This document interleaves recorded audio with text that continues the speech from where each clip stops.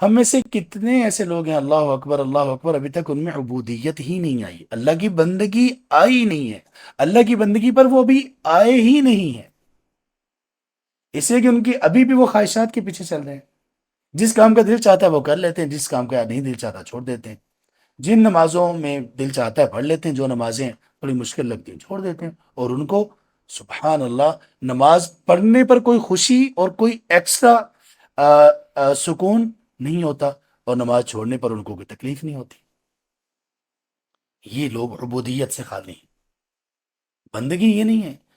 سبحان اللہ، اگر ہم میں بندگی ہو، جس کی بندگی ہے، جس کی غلامی ہے، کیسے ہم افورڈ کر سکتے ہیں اس کی کوئی بھی نافرمانی؟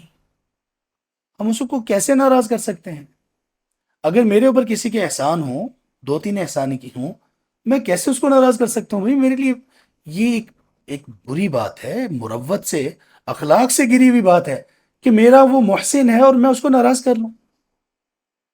میں نے یہ نہیں کہا کہ راضی کرنے کی کوشش، کبھی کبھی ہم اپنے محسنین کو راضی کرنے کی کوشش ہی نہیں کرتے، چلیں کوئی بات نہیں ہے، لیکن ان کو ناراض تو نہ کریں۔ تو یہ کیسا بندہ ہے جو اللہ کا بندہ، اللہ کی بندگی اختیار کرنے والا ہے، لیکن اس کو کوئی اللہ کی رضا حاصل کرنے کا کوئی فکر نہیں، اور اللہ کی ناراضگی سے بچنے کی کوئی سوچ ہی نہیں ہے اس میں، اور کہنے کو وہ دیندار ہو۔ تو اس لیے یہ اللہ کس بندے سے محبت کرتے ہیں؟ پہلی چیز اس میں بندگی تو آئے، بندے میں اللہ کی بندگی تو آئے، غلام تو وہ اللہ کا ہو۔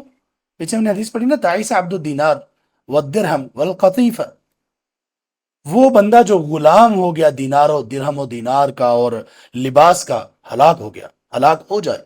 بد دعا کی نبی صلی اللہ علیہ وسلم، اللہ نے بنایا ہے، اللہ کی بندگی کرو، یہ لباس مال دولت بھی اللہ نے بنایا ہے، تمہیں کس نے کہا تم ان کی غلامی میں چلے جاؤ، اپنے آپ کو غلام بنا لو ان کا؟